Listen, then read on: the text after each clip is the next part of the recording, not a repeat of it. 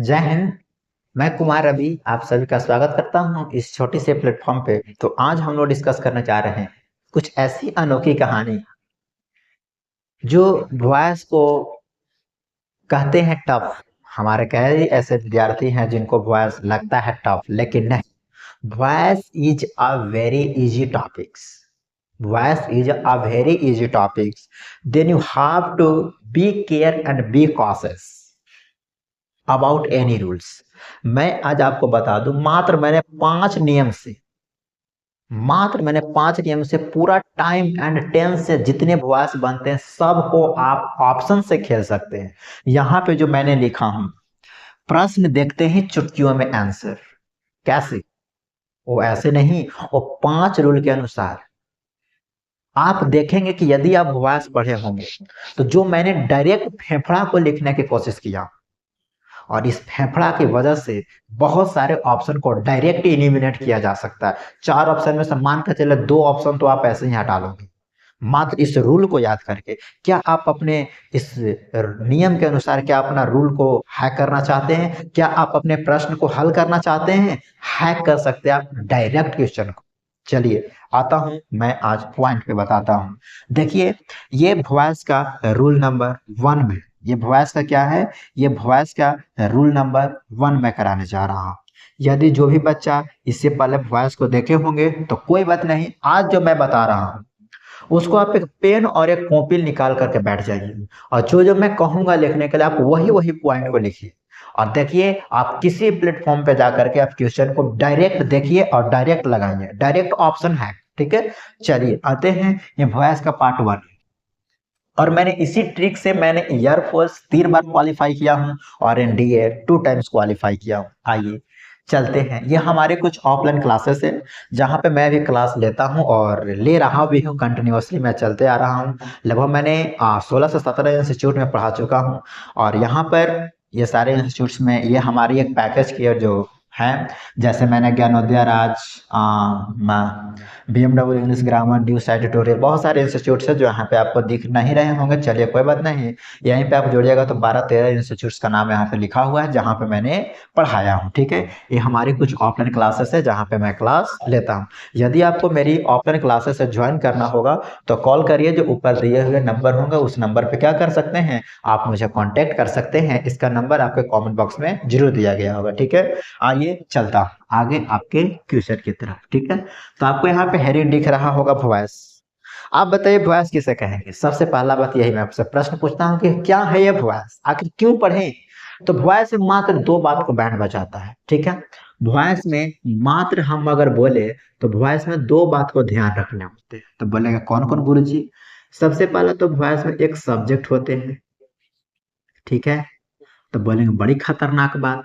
दूसरी क्या होता है? तो दूसरी यहाँ पर आपको देखने को मिल जाएगा ऑब्जेक्ट, यानी सब्जेक्ट और ऑब्जेक्ट। इसमें 2 चीज का बैंड बजता है, एक सब्जेक्ट और एक ऑब्जेक्ट का। और तीसरा कौन है? तीसरा एक और है जिसका नाम होता है मेन वर्ब। ठीक है, मेन वर्ब। ये 3 चीज का वॉइस में बैंड बजता है, यानी सब्जेक्ट, ऑब्जेक्ट और वर्ब का। जिस वॉइस आप बना रहे हैं उसमें सब्जेक्ट और वर्ब है, ऑब्जेक्ट नहीं है, वॉइस नहीं बनेगा। ठीक है, क्या बात समझ में आए? अब मान लीजिए कि आप जिस सब्जेक्ट में केवल सब्जेक्ट है, वर्ब है, ऑब्जेक्ट है, तब उसका वॉइस बन सकता है। ठीक है, लेकिन जिस सब्जेक्ट में वर्ब नहीं है आप उसका वॉइस बना दीजिएगा।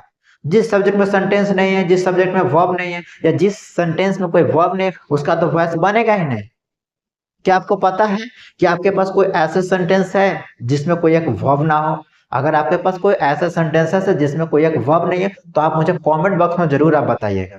ठीक है, आइए चलते हैं। तो वॉइस में याद रखें सब्जेक्ट और ऑब्जेक्ट का बैंड बजता है। ठीक है, और मैं बता दूं कि यहाँ पर सब्जेक्ट और ऑब्जेक्ट कहने का मतलब क्या है। ठीक है, कि वॉइस में क्या क्या चीजें होती हैं। देखिए, यहाँ पे आपको देखने के मिलते हैं एक सब्जेक्ट। ठीक है, बोलेंगे जी गुरु जी। और यहाँ पर एक देखने को मिलते हैं वो।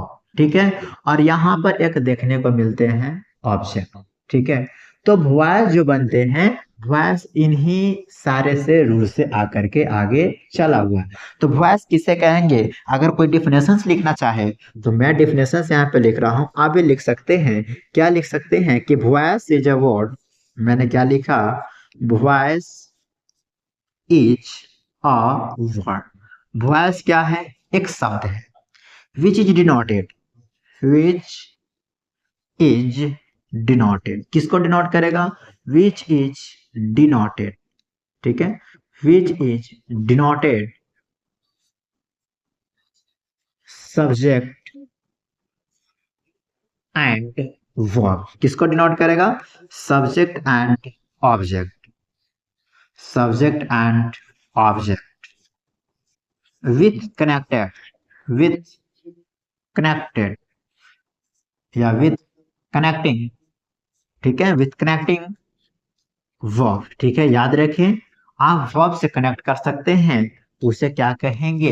It is cold, it is cold, क्या कहेंगे? वॉइस कहेंगे, ठीक है। और वॉइस क्या है? तो वॉइस एक साउंड है, ये क्या है? एक साउंड। और इसका जो इसका तो साउंड का मीनिंग निकलेगा। तो वॉइस का अगर हम लोग हिंदी मीनिंग देखें, क्या देखें? हिंदी मीनिंग। तो हिंदी मीनिंग क्या होता है? वाच्य होता है, ठीक है। ये इंग्लिश के टॉपिक में पढ़ेंगे। तो क्या वॉइस समझ में आया? ये डिफिनेशन आप लिख सकते हैं। इसके बाद अगर हम आगे चले तो आगे तो आपको पैसिव और एक्टिव दिख रहा है। चलिए मैं यहाँ पर एक स्लाइड को ऐड करता हूँ, ठीक है। तो देखिए वॉइस दो प्रकार के होते हैं। कितने प्रकार के? यानी यहाँ पर लिख सकते हैं हेडिंग डाल करके, टाइप्स ऑफ वॉइस। वॉइस कितने प्रकार के होते हैं? तो आप बोलेंगे दो प्रकार के। कौन कौन? तो यहाँ पे आप लिख सकते हैं there are two types of voice, there are two types of voice, यानी वॉइस दो प्रकार के होते हैं। बताइए कौन कौन? तो सबसे पहला, एक का नाम है एक्टिव वॉइस। एक का नाम क्या है? एक का नाम है एक्टिव वॉइस। और दूसरा का नाम क्या है? तो दूसरा का नाम है पैसिव वॉइस, यानी एक्टिव वॉइस और पैसिव वॉइस। ये दो तरह के वॉइस पढ़ने को मिलते हैं। कौन कौन? एक एक्टिव। तो एक्टिव का हिंदी क्या होता है? एक्टिव का हिंदी होता है कर्तरीवाच, ठीक है। एक्टिव का हिंदी क्या होता है? कर्तरीवाच। और पैसिव का हिंदी क्या होता है? पैसिव का हिंदी होता है कर्मवाच, ठीक है। ये दो बात आपको ध्यान में रखने होंगे। तो एक्टिव में किसका बैंड बजता है? तो एक्टिव में जो बैंड बजता है वो सब्जेक्ट का बैंड बजता है, ठीक है। एक्टिव में किसका बैंड बजेगा?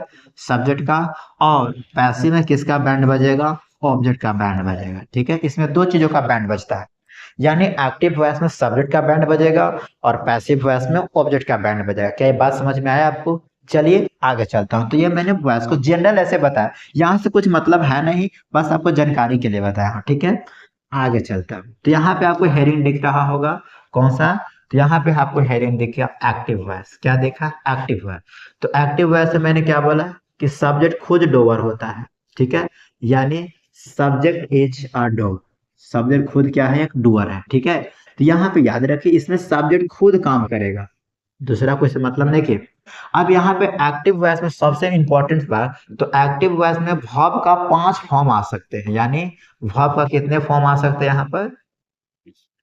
तो एक्टिव वॉइस में वर्ब का यहाँ पर 5 फॉर्म देखने को मिलेंगे, ठीक है। तो देखिए यहाँ पे लिखा हुआ है एक्टिव वॉइस में कौन कौन।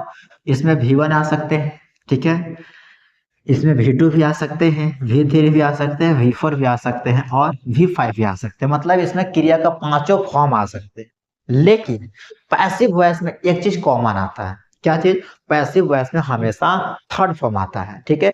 जैसे यहाँ पर मैंने यहाँ पे एक एग्जांपल लिखा, आप बताएं कि मैंने लिखा she is she is playing cricket, ठीक है, cricket, CRICKET, she is playing cricket. तो यहाँ पे आपको दिख रहा होगा ये वर्ब है, ठीक है। आगे मैंने लिखा सी वांटेड मी, सी वांटेड मी, ये भी एक वर्ब ही है, ठीक है, वांटेड, ठीक है। इसके बाद I know you, I know you, I know you, ये भी क्या है? वह भी है। तो कहने का मतलब है कि पैसिव वॉइस में कोई फॉर्म आ सकते हैं, लेकिन सॉरी एक्टिव वॉइस में क्रिया का 5 फॉर्म आएंगे। कितने फॉर्म आएंगे? 5 फॉर्म, लेकिन पैसिव वॉइस से मात्र एक ही फॉर्म आएंगे, वो होते हैं थर्ड फॉर्म। चलिए आगे चलता हूँ, आगे बताइएगा। देखिए यहाँ पर लिखा हुआ पैसिव, तो मैंने पैसिव में किसका बैंड बजाया, तो मैंने पैसिव में आपको बोला ऑब्जेक्ट का बैंड बजता है। किसका बैंड बजता है, ऑब्जेक्ट का। और इसमें क्रिया का हमेशा तीसरा फॉर्म आएगा। याद रखे, जिस ऑप्शन में मैं यहाँ पे लिख दिया, लिख देता हूँ पूरा मोटा में, कि जिस ऑप्शन में जिस ऑप्शन में यदि थर्ड फॉर्म नहीं होगा, यदि जिस ऑप्शन में थर्ड फॉर्म नहीं होगा, थर्ड फॉर्म नहीं होगा नहीं होगा, तो वह ऑप्शन गलत होगा। तो वह ऑप्शन क्या होगा, वह ऑप्शन गलत होता है, गलत होगा। ये दिमाग में एकदम रख लेना, ठीक है। कि मान लीजिए कि आपने एक्टिव से पैसिव बना रहे हैं, तो उसमें यदि आपको थर्ड फॉर्म नहीं दिखा तो आप समझ जाइएगा वो एकदम गलत है। मैं ऑप्शन दिखाऊंगा, वेट करिए, ठीक है। और सुनिए, जब पैसिव में कन्वर्ट करिएगा तो थर्ड फॉर्म लगाइएगा, और थर्ड फॉर्म के साथ बाई, और बाई के साथ क्या लगता है, तो बाई के साथ ऑब्जेक्ट आएगा, ठीक है। आगे चलते हैं। अब यहाँ पे लिखा है स्ट्रक्चर ऑफ वॉइस, ठीक है। देखिए बनाते वक्त क्या करना है, कि बाबू यहाँ पर रहेगा सब्जेक्ट, यहाँ पर रहेंगे मेन वर्ब, ठीक है। मेन वर्ब भी आ सकता है, हेल्पिंग वर्ब। चलिए मैं यहाँ पे वर्ब लिख देता हूँ। यहाँ पर क्या रहेंगे, यहाँ पर रहेंगे वर्ब, और यहाँ पर रहेंगे ऑब्जेक्ट। तो इसको बनाते वक्त क्या ध्यान में रखना है, इसको बनाते वक्त आपको कुछ कुछ बातों को ध्यान में रखते हुए चलना होगा, ठीक है। वो क्या बातें हैं जो अभी मैं बता रहा हूँ, ठीक है। देखिए ये हमारा क्या है, यहाँ पर आपको दिख रहा होगा, ये हमारा सब्जेक्ट है, ये हमारा वर्ब है, ये हमारा ऑब्जेक्ट, ठीक है। तो बदलते वक्त किन किन बातों को ध्यान में रखना होता है, ऑब्जेक्ट आ जाएगा पहले, कहाँ आ जाएगा, ऑब्जेक्ट पहले, और इससे एक हेल्पिंग वर्ब भी कनेक्ट होना चाहिए, ठीक है। और इसके बाद एक थर्ड फॉर्म, और इसके बाद क्या लगाना होगा, बाई, और ये जो सब्जेक्ट है यहाँ पर आ जाएगा, ठीक है। क्या बात इतना समझ में आया, तो बोलेगे जी गुरु जी बड़ी खतरनाक बात बोल दिए। ये ऑब्जेक्ट हो गया, ये आपका हेल्पिंग वर्ब, ये आपका मेन वर्ब, ये आपका बाई, और ये हो गया आपका सब्जेक्ट, ठीक है। अब सुनिए इसको कन्वर्ट कैसे हुआ, तो देखिए कन्वर्ट कुछ ऐसे हुआ कि ये ऑब्जेक्ट आ गया यहाँ पर, ठीक है, और ये सब्जेक्ट चला गया यहाँ पर, और ये थर्ड फॉर्म यहाँ का, ये थर्ड फॉर्म यहाँ आ गया, ठीक है। अब लेकिन यहाँ पर आपको ध्यान में रखना होगा की पॉइंट्स, ठीक है। की पॉइंट्स क्या ध्यान रखना होगा, चलिए मैं लिखा रहा हूँ, उसको आप ध्यान में रखिएगा। कि यदि सब्जेक्ट विल बी चेंज, ठीक है, यहाँ पर आपको दिखा रहा हूँ कि सब्जेक्ट विल बी चेंज, लिखिएगा आप लोग भी कॉपी पर, subject will be changed, subject will be changed in object. Subject किस में चेंज हो जाएगा, ऑब्जेक्ट में, ठीक है, पहली बात। दूसरी बात, object will be change, object will be changed in subject, ठीक है। ये भी ध्यान में रखना होगा। तीसरा पॉइंट जो मैं लिख रहा हूँ उसको भी ध्यान में रखिए, कि मेन वर्ब, मैंने क्या लिखा, main verb will be change, main verb will be changed in, ठीक है, चेंज लिखा हुआ है, आप ध्यान में रखिएगा, changed in the third form, the third form of any, ठीक है। ये बात आपको वॉइस में चेंज करते हुए याद रखना, ठीक है। और जब भी वॉइस चेंज करे तो इसके साथ बाई का इस्तेमाल अवश्य करें, ठीक है। इसके बाद चलता हूं आगे, ठीक है। यहाँ पे लिखा हुआ है सब्जेक्टिव केस क्या होता है, ऑब्जेक्टिव केस क्या होता है। चलिए मैं यहाँ पे लिख देता हूँ, आई हुए, वी हुए, यू हुए, दे हुए, इसी के साथ ही हुए, इसी के साथ सी हुए, और इसी के साथ मैंने लिखा इट हुआ, ठीक है। तो आई का ऑब्जेक्टिव केस क्या होता है, आई का ऑब्जेक्टिव केस मी, वी का क्या होता है अस, यू का क्या होता है यू, दे का क्या होता है देम, ही का क्या होता है हिम, और सी का होता है हर, और ईट का क्या होता है ईट। तो ये बात आपको ध्यान में रखना होगा। ये वाला जो फाइल है, ये वाला फाइल ऑब्जेक्टिव केस का है, ठीक है। तो क्या इतना बात आपको समझ में आया? तब अब जा करके वॉइस अब बनाना सीख जाएंगे। तो ये हुआ, मैंने वॉइस का केवल और केवल रूल के बारे में नहीं, केवल वॉइस का डिस्क्रिप्शन दिया। अब बताइए, ये तो किताब वाला है, चलिए इसको भी देख लेते हैं। लिखा हुआ है कि एक्टिव वर्ब को पैसिव में बदलने के लिए मेन वर्ब को पास्ट पार्टिसिपल, वही पास्ट पार्टिसिपल कहने का मतलब थर्ड फॉर्म में बदला जाता है, और उसके साथ वर्ब टू बी का प्रयोग उपयुक्त नंबर, पर्सन और टेंस में किया जाता है। चलिए इसको छोड़िए।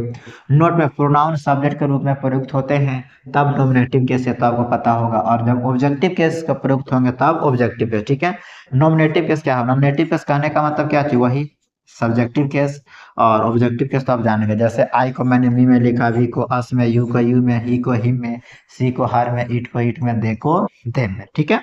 और अब विभक्ति टेंस में एक्टिव को पैसिव में बदलने की प्रक्रिया पर विचार करें। चलिए देखिए, ये हुआ, जैसे एक्टिव में क्या होता है कि ये हमारा सब्जेक्ट है, ये हमारा मेन वर्ब है, ये हमारा ऑब्जेक्ट है। तो ऑब्जेक्ट आ गया यहाँ पर, सब्जेक्ट चला गया बाई के साथ यहाँ, और ईट को किसमें बदल दिया गया? थर्ड फॉर्म में, ठीक है। तो ये सारे चीज आपको ध्यान में रखने होंगे, ये केवल ऐसे ही है। अब आइए, तो ये तो खैर बस उसी को लिखा हुआ है। आगे बताए, ये मोस्ट इंपॉर्टेंट रूल, इसी पर आपको याद रखना है। जो मैंने अभी स्ट्रक्चर्स बता रहा हूँ, ये अपने कॉपी पर या कहीं पर लिख करके चिपका दीजिए, या इसे याद कर लीजिए। अगर आप याद कर लिए तो टेंस आपके गुलाम, इससे बाहर आपका टेंस से आता ही नहीं है। टेंस से यदि आपको वॉइस आता है तो बस ये 5 रूल देख लीजिए, 5 रूल याद कर लीजिएगा तो टेंस आपका खत्म, टाटा बाय बाय कर देंगे, ठीक है। सबसे पहला क्या है देखिए, तो सबसे पहला है कि कहीं पर यदि आपको V1 या V5, अब यहाँ पे V1 कहने का मतलब क्रिया, और भर में एस आई जोड़ते V5, डू या तो डज, कहीं पर भी सेंटेंस में, मैंने क्या बोला, कहीं पर भी सेंटेंस में V1 या V5 दिखे तो उसे डू या तो उसे, या कहीं पर V1 V5 या डू या तो डज दिखे तो उसे किसमें बदलेंगे? उसे बदलेंगे is, am, are plus third form में, ठीक है। मैंने बोला कहीं पर भी V1 या V5 रहेंगे या डू या तो डज रहेंगे तो उसे किसमें बदलोगे? इज, एम, आर और थर्ड फॉर्म में, ठीक है। इसके अलावा इसके द्वारा कुछ में नहीं बदलेंगे आप, इससे ऑप्शन काटने में सहायता करेगा, ठीक है। इसके बाद देखिए, अगर कहीं पर भी हैव, हैज के बाद थर्ड फॉर्म, तो देखिए हैव हैज के साथ एक लिपस्टिक है, वो क्या है? बीन। यहाँ भी क्या है? बीन। तो यानी जब जब हैव या हैज आएगा तब तब बीन आएगा, जिस ऑप्शन में बीन नहीं होगा वो ऑप्शन पहले कट जाएगा, ठीक है। तो ध्यान में रखिएगा कि जब जब हैव या हैज या हैड आएगा तो हैड आया तो यहाँ हैड आ जाएगा, और हैव और हैज जो होगा वो सब्जेक्ट और ऑब्जेक्ट के अनुसार ये चेंज होते रहेगा, लेकिन इसमें बीन दोनों में देखिए कॉमन है और थर्ड फॉर्म दोनों में है, ठीक है। दूसरा रूल, अगर कहीं पर इज, एम, आर के बाद V4 आया तो उसमें एक मेकअप है, क्या चीज? बी, ठीक है। और उसके बाद थर्ड फॉर्म सभी में आएगा, पैसिव है तो थर्ड फॉर्म तो आना रहेगा। तो इज, एम, आर और वाज वर कहीं भी यदि V4 देखे तो V4 को हमेशा आपको बीइंग में लिखना है, और बाकी थर्ड फॉर्म तो पैसिव में होगा ही होगा, ठीक है। इसके बाद देखिए, अगर कहीं पर भी V2 और डिड नजर आए, कहीं पर भी V2 और डिड, तो उसे किसमें बदलेंगे? उसे वाज या तो वर में, इसके बाद थर्ड फॉर्म में, ठीक है। और कहीं पर भी शैल और विल के बाद V1 आए तो याद रखें शैल विल प्लस बी के बाद क्या आएगा? Third form. इतना से ही आपका टेंस खत्म हो गया। क्या आपने टेंस पढ़ा है? तो बोलेंगे जी गुरुजी बताइए, V1 है V5 और डू और डज कौन सा टेंस? तो आप बोलेंगे प्रेजेंट इंडेफिनिट टेंस, और इसका निगेटिव है डू या डज। फिर मैंने पूछा हैव और हैज के बाद थर्ड फॉर्म कौन सा टेंस? Present perfect tense. अगर हैड के बाद थर्ड फॉर्म आया तो पास्ट परफेक्ट टेंस, ठीक है। फिर मैंने पूछा आपसे कि इज, एम, आर के बाद यदि V4 आता है तो प्रेजेंट कॉन्टिन्यूअस टेंस, और वाज वेयर के बाद यदि V4 आता है तो याद रखे पास्ट कॉन्टिन्यूअस टेंस। इसके बाद देखिए डिड पास्ट इंडेफिनिट टेंस, और यहाँ पे शैल और विल फ्यूचर टेंस, यानी टेंस का यहाँ पर बैंड बज गया। अब इस रूल को एकदम आसानी से आपको लगा होगा आसानी से, लेकिन इस रूल के पीछे कई कारण थे, ठीक है। अगर आप इस रूल को अगर ध्यान में रखेंगे तो बहुत सारे क्वेश्चन को आप ऑप्शन से देख करके हटा सकते हैं, ठीक है। आगे चलिए, इसके बाद चलिए इसके बाद क्वेश्चन आया, बताइए इस क्वेश्चन को कैसे आप हैंडल करें। यहाँ पे आपको दिख रहा होगा, देखिए हर मैनर्स। अब यहाँ पे देखिए प्लीज्ड, प्लीज्ड क्या है? तो प्लीज डू है यहाँ पर सेकंड, और सेकंड फॉर्म में मैंने बोला वाज या तो वर में बदला जाता है। ठीक है, सेकंड फॉर्म में किसमें बदलाता है, वाज या तो आर में। अब देखिए जिस ऑप्शन में वाज या वर नहीं होगा वो ऑप्शन पहले कट जाएगा। ठीक है, चलिए वर है रोक दी, आर है गलत, यहाँ पर देखिए प्लीज्ड है गलत, हमने दो ऑप्शन को टपका दिया, मात्र बचा ऊपर वाला लास्ट वाला। ठीक है, तो अब देखिए यहाँ पर ये हमारा पूरा सब्जेक्ट, ये वर्ब, ये ऑब्जेक्ट, वी के बाद वर होना चाहिए, वी के बाद वर है, चलिए ठीक है, वी के बाद वर इसमें भी है इसमें भी। आप देखिए क्या वेरी मच पहले आएगा पहले वर्ब आएगा, ये बताइए। तो यहाँ पर देखिए वेरी मच प्लीज्ड है, यहाँ पर भी देखिए वेरी मच प्लीज्ड है, लेकिन प्लीज के साथ प्रीपोजिशन क्या आता है, विथ आता है। ऑप्शन नंबर क्या हो जाएगा, ऑप्शन नंबर डी हो जाएगा। ठीक है, आगे बताइएगा, इस क्वेश्चन को दीजिए जवाब। ड्राइवर वाज ब्लोइंग, मैंने अभी बोला जहां भी वाज वर आए और वाज वर के साथ भी फोर, तो भी फोर को आपको बदलना होता है बीइंग में, और क्या लगाना होता है, थर्ड फॉर्म। बाकी इजमार तो या सॉरी वाज वर तो रहेगा। देख लीजिए, सबसे पहले इसमें बीइंग नहीं है, गलत, इसमें हैज है, गलत, और इसमें देखिए बीइंग है, चल जाएगा, लेकिन यहाँ पर वाज है तो यहाँ पे इज है, ये भी गॉस। देखिए आप लोगों ने देखे कैसे तीन ऑप्शन कट गया, अगर वो रूल याद है तो तीन ऑप्शन कट गया, बाकी बचा क्या चीज, ऑप्शन नंबर बी। और यहाँ पे बनाएंगे तो ये हमारा ऑब्जेक्ट है, the horse was being blown by driver. आगे बताइए, इस क्वेश्चन का दीजिए जवाब। द थीप वाज कैचिंग, जबरदस्त। देखिए यहाँ पे थर्ड फॉर्म है। ठीक है, तो यहाँ पर जब वाज वर के बाद अगर डायरेक्ट थर्ड फॉर्म आता हो तो उसे एक्टिव से पैसिव में कैसे बदले, तो देखिए यहाँ पर अभी मैंने रूल बताया, देखिए यहाँ पर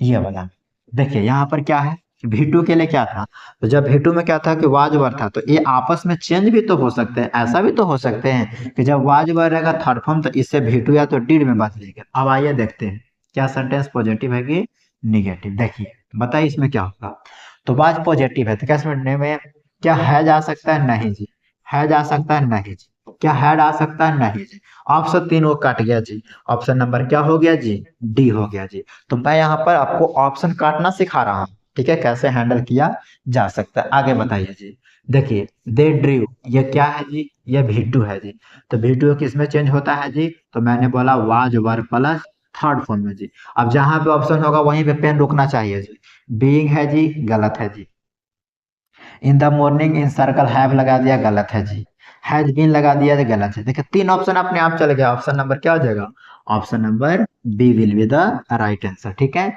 इसके बाद आगे चलिएगा जी, आगे बताइए दे विल।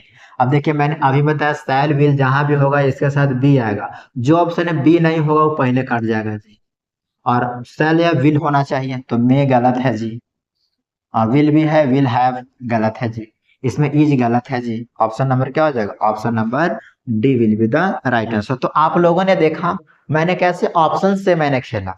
यदि आप भी अगर ऑप्शन से खेलना चाहते हैं तो इस चैनल को सब्सक्राइब जरूर करें, अगर आपको ये वीडियो अच्छा लगा होगा तो उससे आगे शेयर जरूर करें। तो इसी के साथ मैं मिलता हूँ, पार्ट 1 था वॉइस का, और इसी के साथ मिलता हूँ मैं अगले वीडियो में पार्ट 2 के साथ। तब तक के लिए बाय बाय, टेक केयर, जय हिंद।